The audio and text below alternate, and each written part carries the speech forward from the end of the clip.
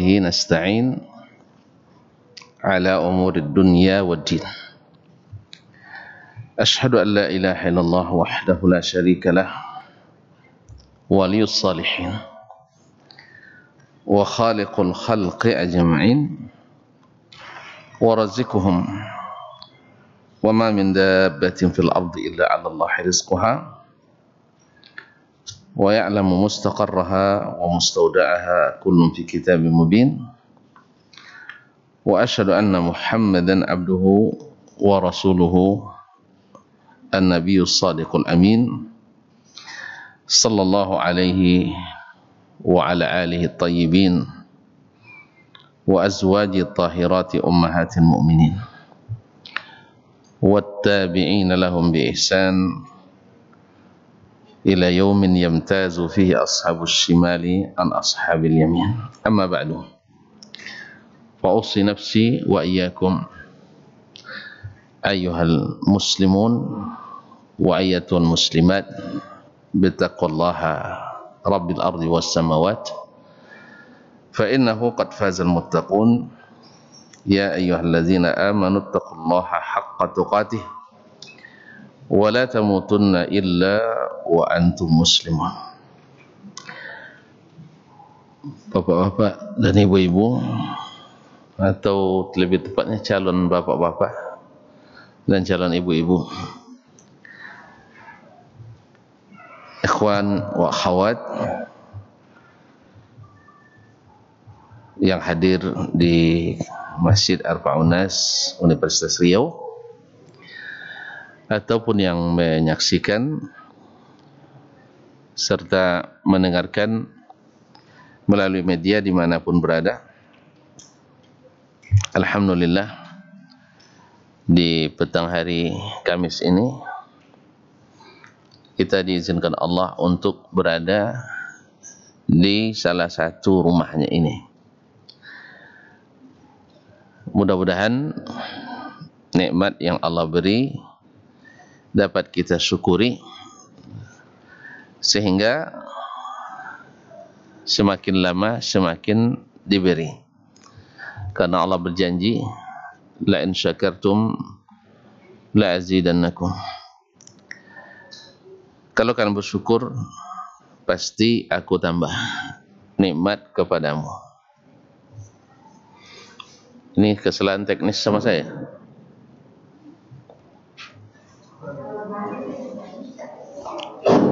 Harus dibuka. Dia dekatkan. Nanti kita makan. Baik. Semoga selawat dan salam kepada Nabi kita Muhammad alaihi afdhalus salati wa atamussalam, yang kita datang pada majlis ini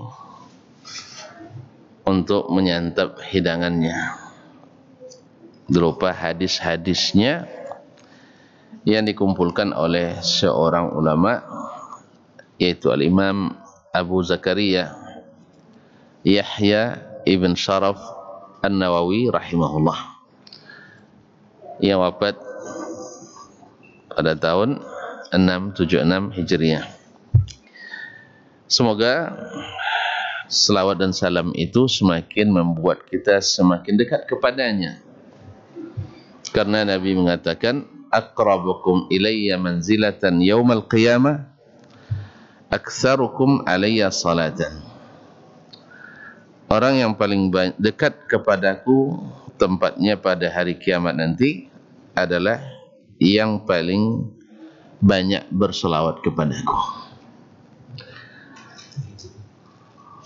Dan kita juga berharap dengan selawat dan salam doa kita dikabulkan, karena Nabi SAW pernah melihat seseorang berdoa tapi lupa mengucapkan alhamdulillah dan selawat kepada Rasulullah.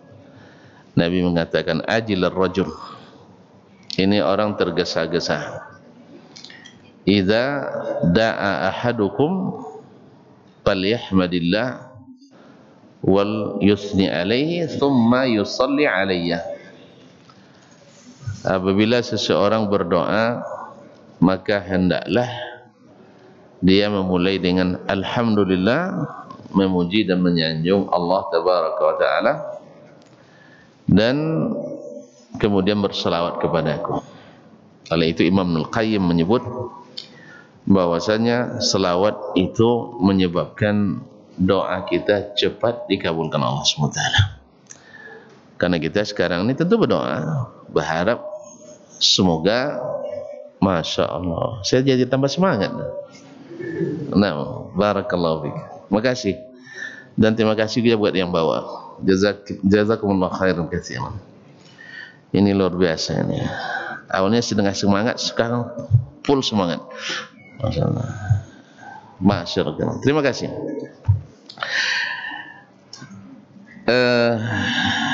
Kemudian kita berdoa pula untuk ayah, ibu, orang tua kita, karib kerabat, handai tolan dan sahabat kita, para ulama, para guru, ustadz kita dan ustadzah kita, nyai, kiai, buya, umi, pokoknya semua yang pernah berjasa pada kita, walaupun hanya satu huruf yang diajarkan.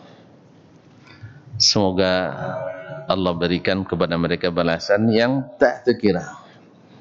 Karena dari satu huruf itu kita bisa mengenal banyak yang lain. Khususnya Imam An-Nawawi rahimahullah, yang hari ini kita belajar kepadanya. Kemudian saya teringat sahabat saya juga, guru kita di sini yang baru meninggalkan kita. Banyak kesan, banyak cerita-cerita indah bersama beliau di masjid ini, yaitu Ustaz kita Tajuddin Al-Hafiz rahimahullah rahmatan wasi'ah. Semoga Allah berikan kepadanya rahmat yang melimpah, ampunan yang tak terkira, dan semoga kita di saat dipanggil dalam keadaan husnul khatimah. Amin. Ikhwani wa akhwati fillah, kita baru selesai di berapa bulan yang lalu ya? Bulan yang lalu ada? 5 bulan yang lalu. Masya Allah. Iya, sebelum hari raya, sebelum puasa. Sebelum puasa, insya Allah pasti lupa. Iya, hadis yang ke-40 kemarin, yaitu hadis Abdullah bin Umar radhiyallahu taala anhuma, "Idza amsayta fala tantadhiru, idza asbahta fala tantadhiru al-masa." Afwan, hadis Nabi alaihi salatu wassalam, "Kun fid dunya ka'annaka gharib aw 'abiru sabil." Jadi kamu di dunia seperti orang yang asing atau orang yang sedang musafir dalam perjalanan. Tidak ada masa untuk berlama-lama karena waktunya sangat terbatas. Makanya Abdullah bin Umar mengatakan, "Iza asbahta fala tantadhiru masa." Bila berada di waktu pagi, jangan tunggu petang. Wa idza amsayta fala tantadhir as-sabah. Apabila kau berada di waktu petang, jangan tunggu waktu pagi. Nah, sekarang kita masuk pada hadis yang ke-41. Qala al-Imam An-Nawawi rahimahullah, al-hadithu al-hadi wal-arba'un. Al-hadi wal-arba'un. Hadis yang ke-41. An Abi Muhammad Abdullah ibn Amr ibn al-As radhiyallahu anhuma, dari Abu Muhammad Abdullah ibn Amr ibn al-As radhiyallahu ta'ala anhuma, sahabat, anak sahabat. Ayahnya Amr ibn al-As, sahabat Nabi sallallahu alaihi wasallam, dan di masa Umar menjadi gubernur di Mesir, kemudian di Syam. beliau terkenal dengan orang Arab super cerdas. Di masa itu ada 4 orang Arab super cerdas. Salah satunya adalah Amru ibn al-As. Amru ibn al-As radhiyallahu anhu. Segala tugas-tugas yang sulit-sulit biasanya beliau punya solusi-solusi yang melapangkan masalah. Anaknya Abdullah ibn Amr ibn al-As termasuk salah satu dari penulis wahyu di zaman Nabi alaihi salatu wassalam. Beliau menulis hadis-hadis Nabi di samping menulis Al-Quranul Karim. Makanya Abu Hurairah radhiyallahu anhu mengatakan, lam yakun ahadun min ashabin Nabi sallallahu alaihi wasallam aktsara haditsan minni illa Abdullah ibnu Amr ibn al-As. Tidak ada seorang pun sahabat yang hadisnya lebih banyak dariku, kecuali mungkin Abdullah ibn Amr ibn al-As radhiyallahu ta'ala. Fa innahu kana yaktub wa la aktub. Karena dia dulu menulis, saya tidak menulis. Makanya yang paling menulis nanti pasti lebih banyak terbawa daripada yang tidak nulis. Kecuali hafiz seperti Abu Hurairah radhiyallahu anhu, sekali dengar langsung hafal. Tapi kalau kita sekali dengar langsung, sekali dengar kita langsung tidak ingat. Nah, ma'asyiral ikhwati al-akarim wal akhawatil karimat rahimanillah wa iyyakum. Abdullah bin Amr al-As ketika menulis segala sesuatu dari Nabi alaihi salatu wassalam, akhirnya ditegur oleh para sahabat dari kalangan muhajirin yang senior. Ataktub wa Rasulullah sallallahu alaihi wasallam yatakallam wa huwa yaghdab wa huwa yahzan atau nahwu dzalik. Apakah kamu menulis segala sesuatu dari Rasulullah sallallahu alaihi wasallam padahal beliau bicara bisa saja dalam keadaan marah, bisa dalam keadaan bersedih dan sebagainya. Lalu disampaikannya ke Nabi sallallahu alaihi wasallam, kata Nabi sallallahu alaihi wasallam, "Uktub walladzi ba'atha nafsu Muhammadin biyadihi." Tetap tulis, sebab demi Allah yang jiwa Muhammad di tangannya, la yakhruju min hadza illa haqq. Tidak satu pun yang keluar dari mulut ini kecuali hak. Oleh itu hadis sudah ditulis sejak zaman Nabi sallallahu alaihi wasallam, tapi tentu saja tidak seperti yang kita baca di kitab Arba'in Nawawi ini. Karena mereka tulisnya tidak diklasifikasi, tidak dipilah-pilah, semuanya apa yang disebut Nabi dituliskan. Masyaallah ikhwan akhwat yang dirahmati Allah. Beliau juga seorang sahabat muda yang sangat bersemangat dalam beribadah. Sampai dia minta ke Nabi sallallahu alaihi wasallam bisa mengkhatam Quran sekali sehari. Tapi Nabi tidak izinkan. Nabi nasihati dia jangan lebih dari sekali 3 hari. Dan lebih dari sekali 3 hari. Nabi awalnya menasihati sekali sebulan. Dia bilang saya lebih kuat lagi. Sekali 20 hari, lebih kuat lagi dari itu. Sekali 7 hari, masih bisa lebih dari itu. Sekali 3 hari, masih bisa. Kata Nabi, la, tidak boleh lebih dari itu. Ma'asyil kiram dirahmati Allah SWT. Kemudian beliau saking rajinnya beribadah, sampai-sampai lama menikah, dinikahkan ayahnya, tak disentuh-sentuh istrinya. Gimana nanya tuh istri? Siang puasa, malam tahajud. Akhirnya ditanya oleh ayahnya ke menantunya, "Kaifa tajidina Abdullah?" Bagaimana menurutmu Abdullah? Ni'mar rajul, laki-laki yang luar biasa. walakin mundu dakhaltu hadzal bait lam yarfa' hadzal lihaf. Tapi sejak kami menikah belum pernah dia mengangkat selimut ini. Ini bahasa hikayat, kinayah. Yang belum menikah tidak paham. Rata-rata belum menikah, jadi tidak paham. Nah, belum pernah mengangkat, menyingkap selimut ini. Paham maksudnya? Biar paham nikah dulu. Nah, ya malam salat, siang puasa, tidak ada waktu untuk ini.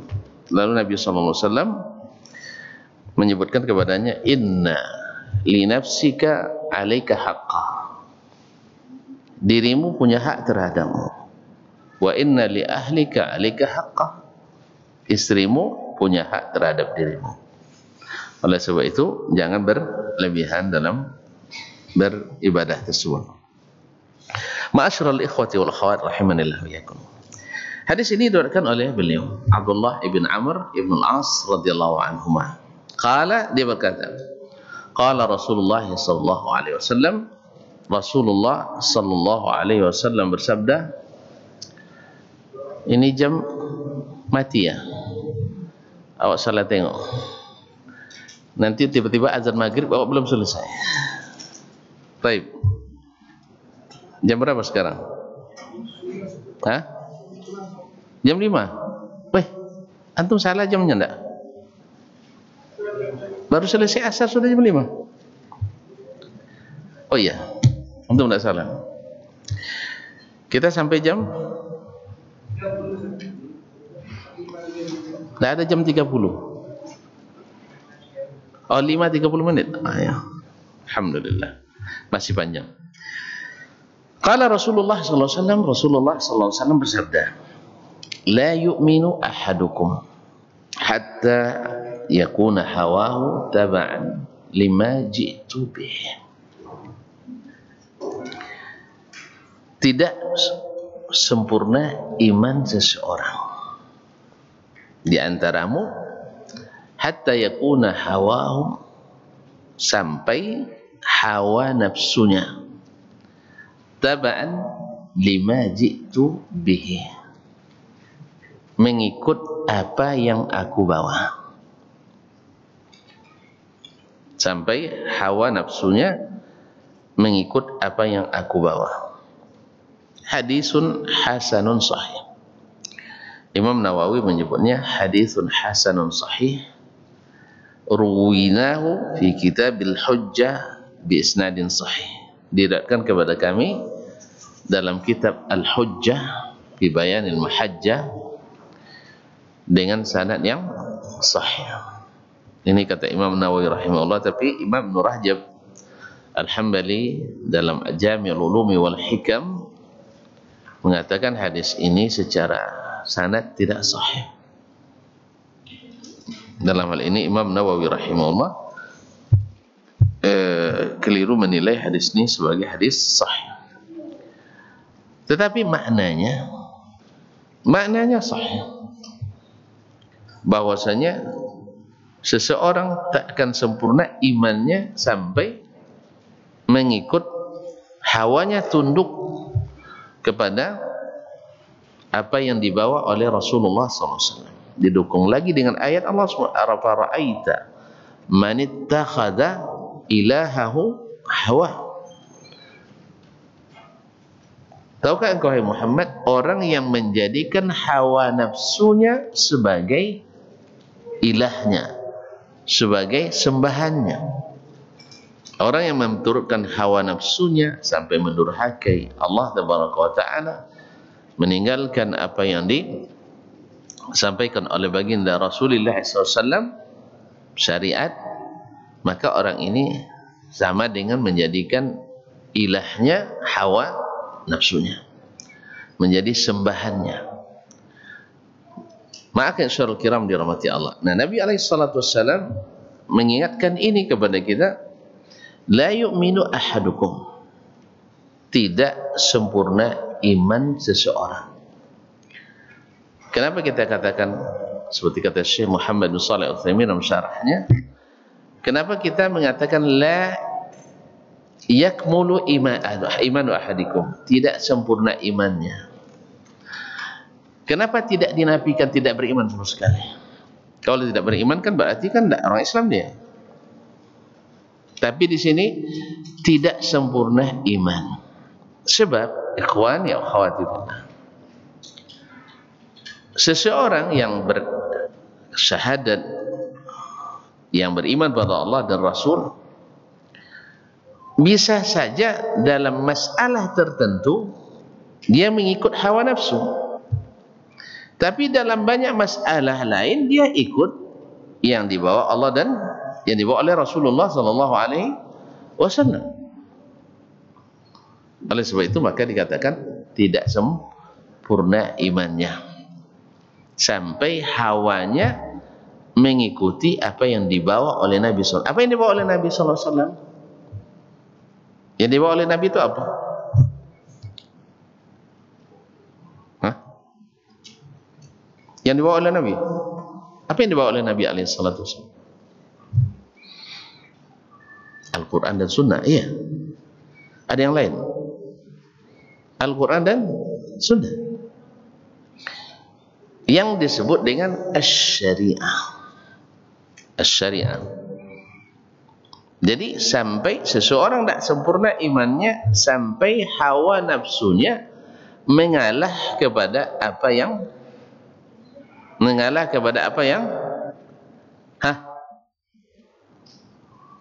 dibawa oleh Rasulullah sallallahu alaihi wasallam. Bisa dibuat contoh? Bisa dibuat contoh? Hah? Contoh di saat Nabi alaihi salatu wassalam hijrah dari hijrah Nabi dari mana? Makkah ke Madinah. Kok pada lupa semua namanya? Hah? Nabi hijrah dari Makkah ke Madinah. Sesampai di Madinah, Nabi sallallahu alaihi wasallam melihat bahwa orang Madinah memiliki 2 hari besar yang mereka rayakan.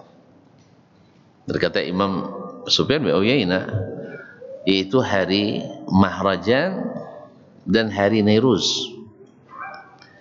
Nah, Nairuz adalah awal tahun, perayaan awal tahun, sebagai tanda bahwa kita sudah panjang umur apa pendek umurnya. Hah? Perayaan di awal tahun, memulai tahun baru, yang dulu diadopsi dari perayaan orang-orang Persia, orang-orang Babilonia, yaitu merayakan awal tahun. Dalam istilah mereka pakai tanda syukur. Yang kedua adalah Nahrajan, yaitu hari perayaan musim panen raya, dan juga disebut sebagai tanda bersyukur.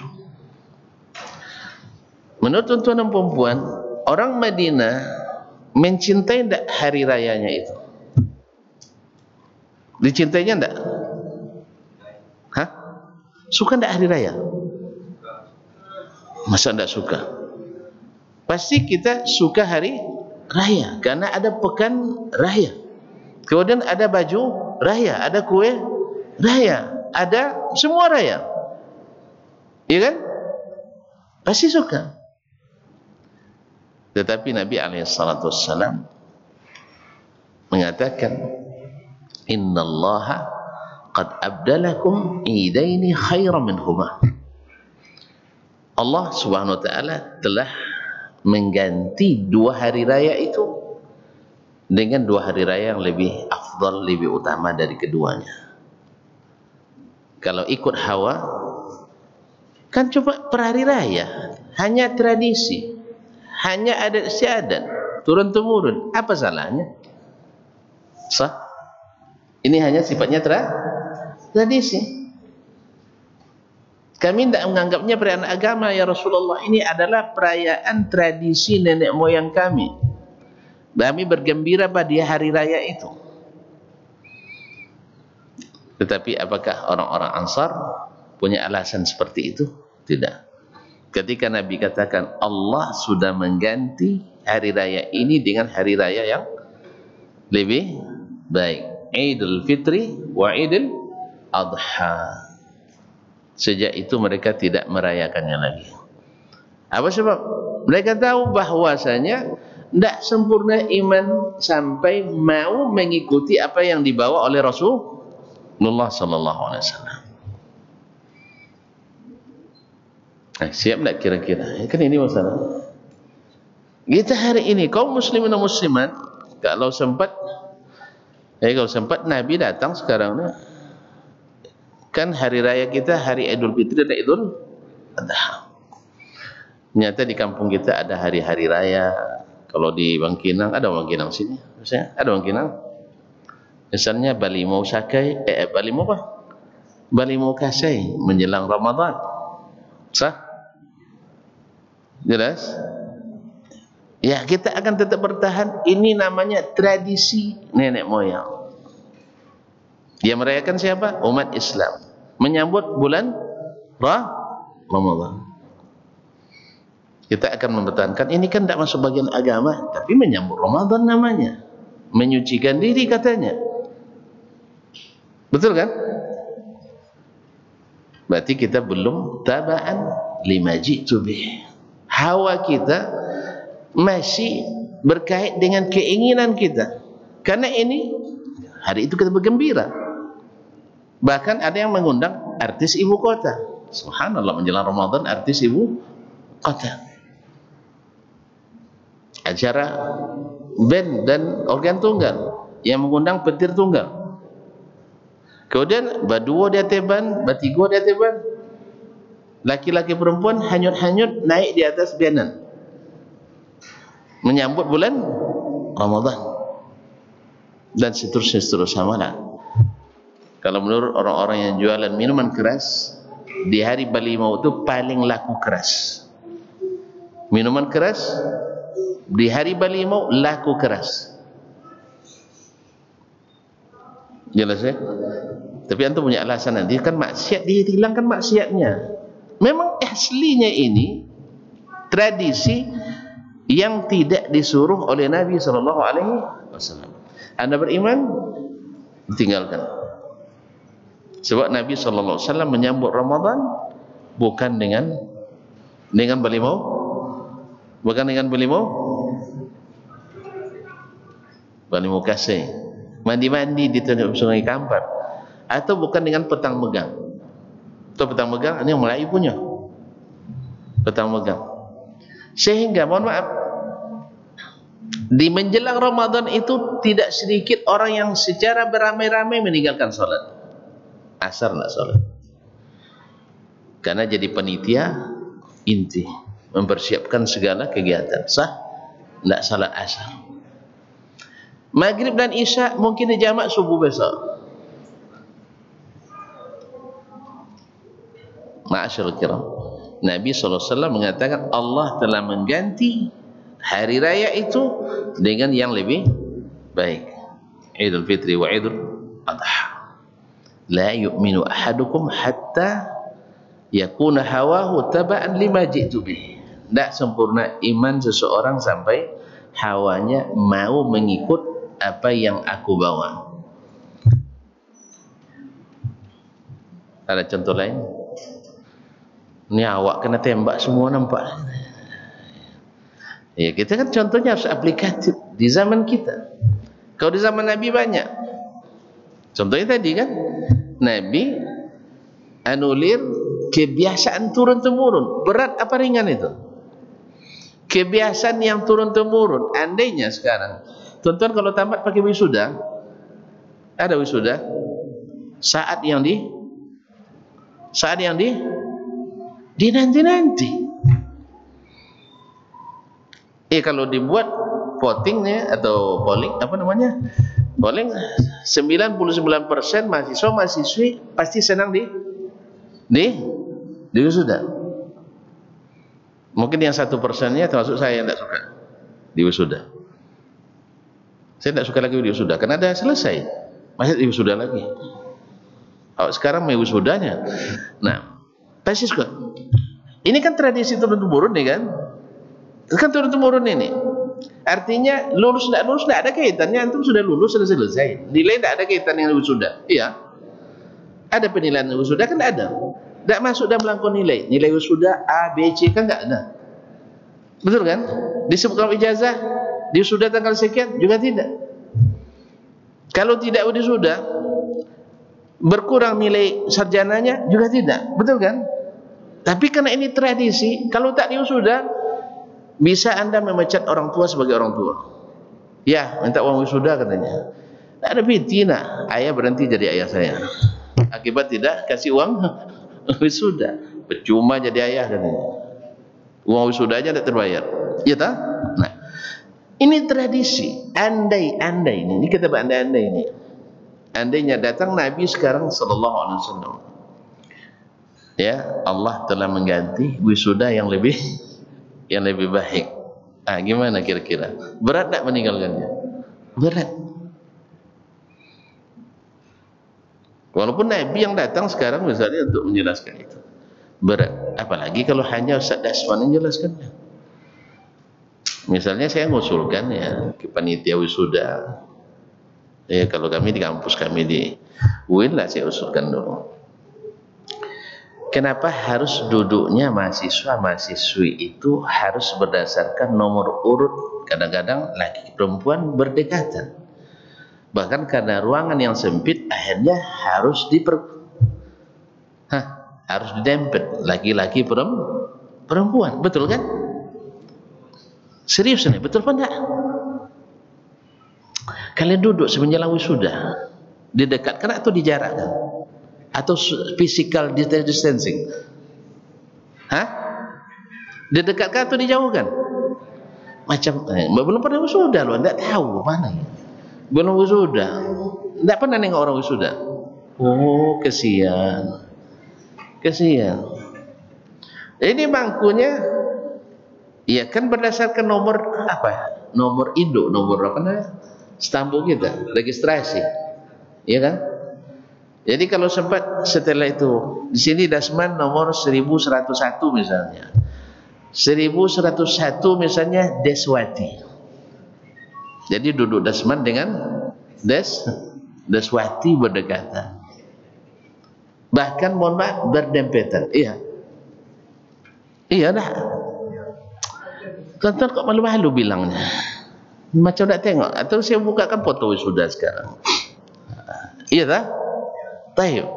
Andainya datang sekarang orang mengatakan tidak boleh wisuda dengan cara ini.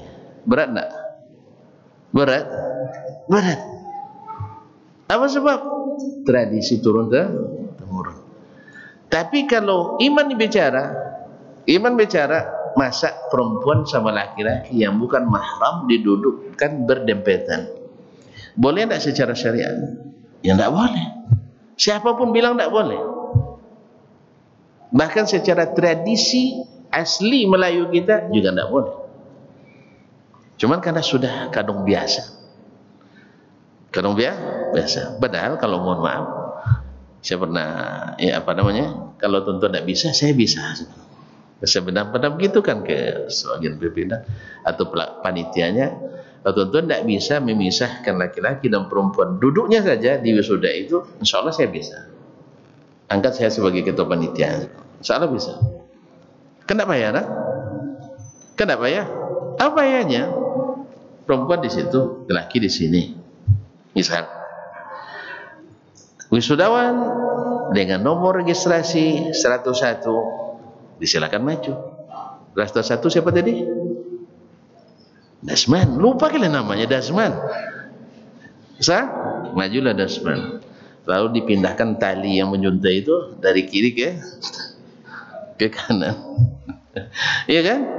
Habis itu panggil wisudawati dengan nomor 102 tadi. Siapa tadi? Daswati. Kan mirip-mirip namanya. Maju lagi dia. Bergantian kan? Bisa, masa itu aja tidak bisa? Cuman masalahnya mau atau tidak, itu masalahnya. Kalau mau, taba'an lima ji'tu bih. Tak sempurna iman seseorang sampai dia mau hawanya mengikuti apa yang dibawa oleh Nabi sallallahu alaihi wasallam. Jelas kaum ikhwan akhwat? Jelas? Nah, banyak hal-hal yang kita dihadapkan dalam kehidupan nyata. Misalnya pergi KKN atau menulis penelitian kelompok misalnya. Apakah wajib dalam satu kelompok itu campur baur laki-laki perempuan? Seharusnya tidak wajib. Tapi sengaja diplot seperti itu, bahwa kalau di sini 3 laki 3 perempuan. Betul? Sudah mentradisi.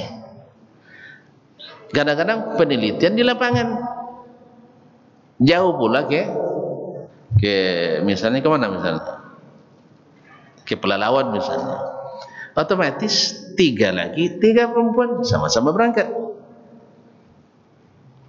Akhirnya berbagi, karena kan mulai lagi bicara hawa kita.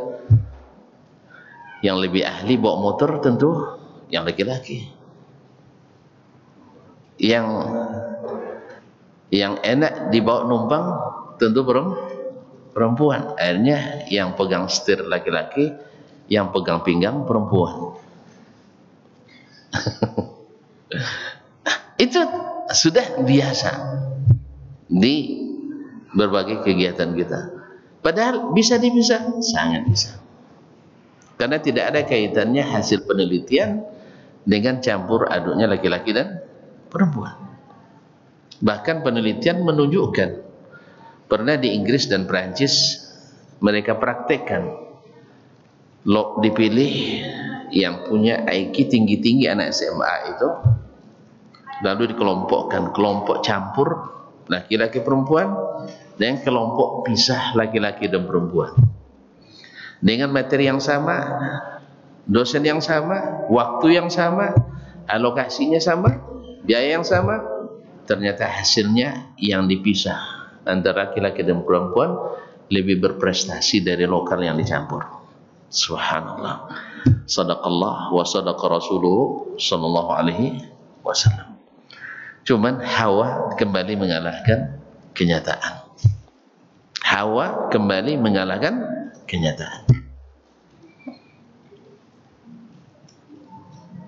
La yu'minu ahadukum hatta yakuna hawahu taba'an lima ji'tu bih. Tak sempurna iman. Kita katakan tak sempurna, bukan kita katakan tidak beriman sama sekali. Karena mungkin di bab lain dia ikut apa yang dibawa Nabi, tapi bab tertentu dia tidak sanggup. Tidak sanggup. Banyak sebabnya. Tidak tahu, salah satu sebab. Tahu tapi tidak mau, salah satu sebab. Mau tetapi malu, sebab. Mau tetapi berat karena ada manfaat di situ dan kepentingan, juga tidak bisa meninggalkannya. Tapi dalam bab yang kadang-kadang tidak bertentangan dengan hawa, misal apa contohnya syariat yang tidak bertentangan dengan hawa? Kan tidak semua syariat bertentangan dengan hawa. Apa contohnya syariat yang tidak bertentangan dengan hawa? Wih, masa gitu aja kalian tidak tahu bikin contoh? Misalnya menikah, sesuai tidak dengan hawa? Sesuai tidak? Bila perempuan sudah mulai dewasa, kata Nabi, maka cepat-cepat menikah, jangan dilambatkan. Setuju tak ni? Setuju. Bila mulai jatuh cinta, langsung dibawa ke KUA. Setuju? Setuju. Sesuai dengan hawa. Bila satu istri sangat bahagia, tentu dua lebih menderita. Sesuai dengan hawa. Makanya laki-laki suka yang seperti ini. Nah, cuman di sini wanita diuji, tidak sesuai dengan hawanya, betul kan? Suami nikah lagi tidak sesuai dengan hawa. Di sini dilihat siapa yang beriman, siapa yang kurang. Yang kurang iman.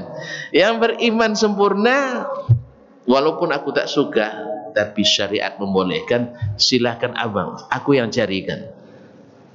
Iya kan? Tapi kebanyakan tidak. Pilih aku atau dia. Kalau nak buka cabang, tutup kantor pusat. Iya kan?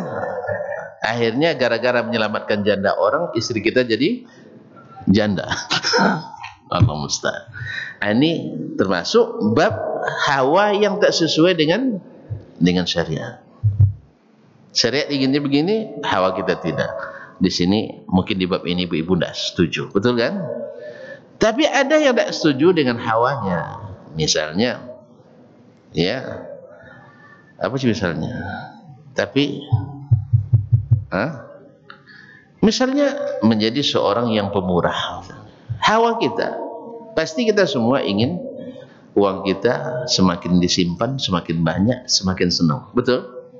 Iya, tidak hawa. Cuman syariat mengatakan, kalau kamu diberi kelebihan, jangan lupa setiap hari harus ada sedekah, khususnya di waktu pagi. Nah, bisa kita ikuti syariat atau kita ikuti ketamaan hati. Oleh itu, banyak yang sesuai dengan syariat. Misalnya, bila solat diiqamatkan, makanan sudah terhidang, maka makan dulu baru solat. Setuju tak nih? Setuju? Setuju. Makanya bagi yang puasa hari ini nanti, orang azan, apa yang dilakukan? Makan dulu. Maksudnya apa namanya? Berbuka dulu. Ini sesuai dengan hawa nih. Betul kan? Sesuai dengan hawa. Orang yang salat lalu nak buang hajat. Syariat mengatakan buang hajat dulu, walaupun tak bisa berjamaah misalnya. Termasuk tadi makan tadi. Makanya nanti kalau antum lihat misalnya ada orang makan tiba-tiba dia tidak tahu, dah lapar sekali, tidak sempat sholat berjamaah, jangan antum rekes sebagai pelanggaran. Dia mungkin sudah kelaparan sekali baru makan, tiba-tiba azan langsung pula qamat, akhirnya tidak bisa berjamaah. Ini uzur syar'i, artinya sesuai hawa dan didukung oleh syariat. Tapi jangan tiap hari kayak gitu. Pas nak azan, hidangkan makanan. Kata Ustaz, kalau hidang makanan boleh makan dulu. Bukan. Ada masa-masa kita harus melakukan itu. Itu uzur syar'i. Uzur syar'i seperti yang diriwayatkan dari Abdullah bin Umar radhiyallahu anhu. Dia sedang makan, tiba-tiba kok iqamat dikumandangkan. Dia bilang tenang. Hakadha sunnatu Rasulillah sallallahu alaihi wasallam. Inilah sunnah yang diajarkan Nabi sallallahu alaihi wasallam. Idza uqimatis shalah wa hadarul asya fabda'u bil asya. Bila salat didirikan tapi hidangan sudah di depan, maka selesaikan makan baru pergi salat. Jelas? Alhamdulillah. Tapi jangan disengaja format acara seperti itu. Pas waktu salat isoma. Isoma itu apa? Istirahat. Enggak, sebenarnya terbalik. Bukan isoma, imaso. Istirahat, makan baru salat. Ini yang kebanyakan terjadi. Kadang-kadang salatnya sendiri-sendiri. Makanya dengan sangat berat dan terpaksa, ya, dalam suatu acara saya mengatakan, mohon maaf saya izin salat dulu. Orang sudah qamat, tapi masih banyak bertele-tele acaranya. Ya, acara bertele. Saya minta izin aja. Saya tidak membubarkan acara, tidak. Saya minta izin karena orang kan tak boleh doa bersama. Tiba-tiba kita pergi, kan seolah-olah kan kurang adab kita kan. Maka minta izin. Lagi pula saya bilang doa bersama bagusnya selesai salat. Kalau nak bersama juga, apalagi makan bersama. Ya dengan berat sebenarnya. Karena saya tahu bahwasanya kalau udah makan di hidang. Cuman masalahnya kalau saya tidak permisi, nanti bukan sholat bersama setelah itu, tapi sama-sama sholat di rumah sendiri. Nah, itu. maka saya permisi. Tapi kalau anda yang saya tahu, selesai makan, ramai-ramai kita pergi sholat ke masjid, itu bagi saya setuju, tidak ada masalah. Paham Ustaz? Antum bikin acara di sini misalnya, nanti pas waktu sholat, datang waktu makan. Selesai makan, kita baru sholat ke masjid Arba'un Nas. Itu saya bisa, tidak ada masalah. Sejam, 2 jam pun kita saya tunggu. Tapi kalau selesai makan, kita pulang masing-masing, nah tentu saya permisi, saya nak sholat dulu. Sebab tidak ada lagi kawan berjamaah. Jelas? Nah, jelas tu saya. Jadi ada syariat yang kadang-kadang tidak sesuai dengan hawa, kita tidak ikuti. Nah, tidak mengikutinya ini tanda tidak sempurnanya iman. Tapi orang yang sempurna imannya tidak. Dia mengikuti apa yang dibawa oleh syariat. Ya, ini hari raya turun-temurun tidak. Sebab ini tidak dibawa oleh Nabi sallallahu alaihi wasallam. Bahkan Nabi menentukan hari raya hanya 2 ini. Selebihnya bukan bagian dari syariat. Jelas? Kalau sudah jelas, nah sekarang tinggal kita lagi mendeteksi, mengklasifikasikan diri masuk mana kita. Dekat ke kesempurnaan atau semakin jauh dari kesempurnaan. Mudah-mudahan Allah SWT dengan terus belajar, terus menuntut ilmu, karena memang ibarat pisau harus diasah terus biar tajam. Ibarat pakaian harus dibersihkan terus, dicuci, dirawat, disetrika biar rapi terus. Begitulah iman kita ini.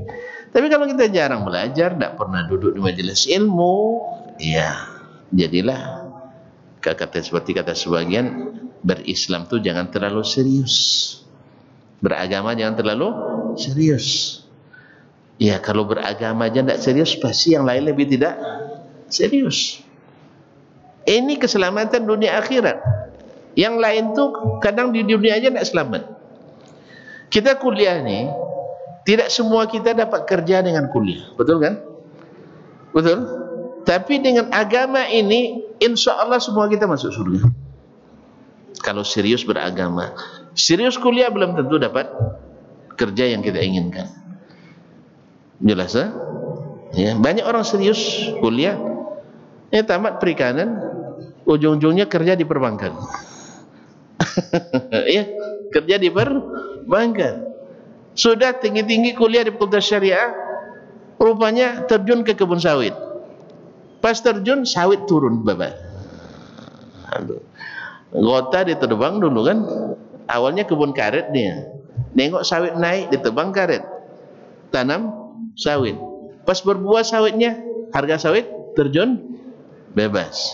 Masya Allah. Sekarang sawit mahal ya katanya. Ya 4.300 5 kilo. 4.300 tapi 5 kilo. Yang kemarin sampai 4.000 1 kilo. Allah musta'an. Tapi intinya ikhwani fillah, ini billah, yang kalau ada amalan yang mesti kita serius, maka agama lah yang harus kita seriusi. Sebab keselamatan kita di dunia dan di akhirat. Alhamdulillah, orang serius beragama, ya, tidak membuatnya susah di dunia dan di akhirat, insya Allah bahagia. Baik, saya kira keterangan ini sudah sangat cukup, dan pelajaran yang dapat diambil dari sini bahwasanya manusia itu disuruh oleh Nabi SAW, ya, untuk mengikuti syariat, bukan mengikuti hawa dan akalnya serta keinginan. Akal kita menginginkan seperti ini, tapi syariat mengerti, maka kita dilarang mengikuti apa yang diinginkan oleh akal kalau melanggar syariat. Nampaknya hujan. Alhamdulillah, tidak ada yang bisa pergi. Yang kedua, kaum muslimin dan muslimat dirahmati Allah SWT. Yang kedua, manusia mesti mencari dalil dulu tentang suatu masalah, baru menetapkan hukum. Jangan dibuat hukum dulu baru cari dalil. Nanti dipaksakan. Ya, berapa banyak sekarang kalau kita contohkan dengan perayaan, banyak perayaan dibuat dulu baru carikan dalilnya, sehingga dalilnya tidak kena mengena. Nah, Bagusnya tanya dulu bagaimana petunjuk Nabi di bulan apa ini? Zulqa'dah ini? Zulhijjah ya? Kalau lupa bulannya itu udah lupa. Zulqa'dah. Bagaimana petunjuk Nabi di bulan Zulqa'dah? Petunjuk Nabi bulan Zulhijjah. Petunjuk Nabi bulan Muharram. Petunjuk Nabi bulan Safar. Selesai.